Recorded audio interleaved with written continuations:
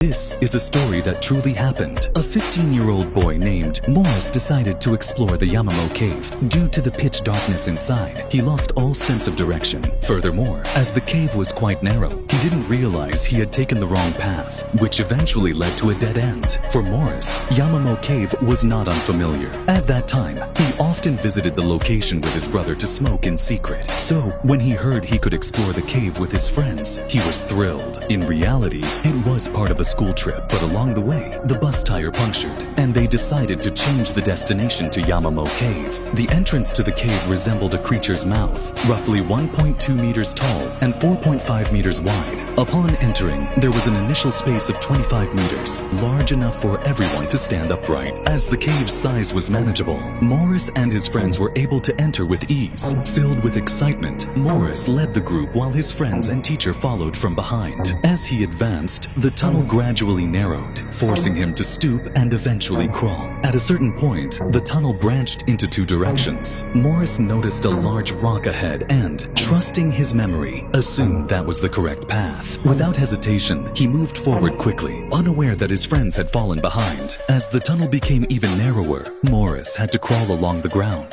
Realizing he was trapped in such a confined space, he began to feel scared and started calling out to his friends, but there was no response. It was then that he realized he had ventured too far and was completely isolated. He tried to continue moving forward, believing he would find a larger space to turn around and leave. However, he had no idea he was heading the wrong way. As he pressed on, he encountered two rocks and attempted to squeeze through the gap between them. Suddenly, one of the stones beneath him shifted, and he slid into a position where he became completely stuck. He felt pressure on his chest, making it hard to breathe. To make matters worse, he was trapped upside down, meaning the longer he stayed in this position, the more blood would flow to his head and heart, potentially causing cardiac arrest. Time was of the essence. Several hours had already passed since Morris had become trapped. His friends, waiting at the cave's entrance, grew concerned when he didn't return. The teacher then decided to enter the cave to search for him. However, due to the narrow space, the teacher could only see Morris's feet. Although Morris was still alive, the oxygen levels in the cave were steadily dropping,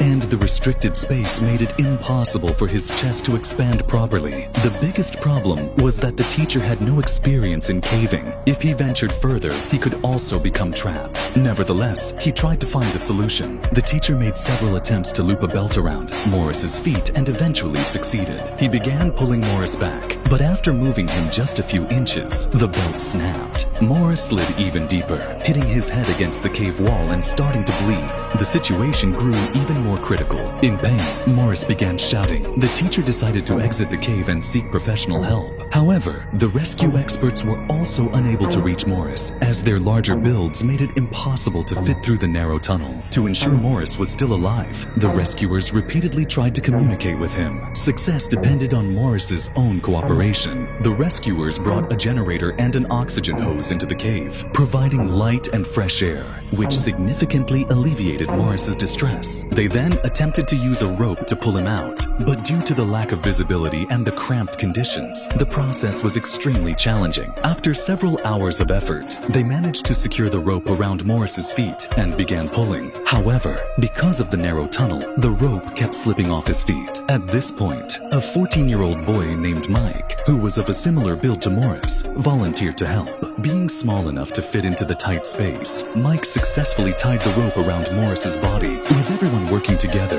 they finally pulled Morris out after 26 hours of effort. Although Morris suffered some scratches, he escaped without serious injuries.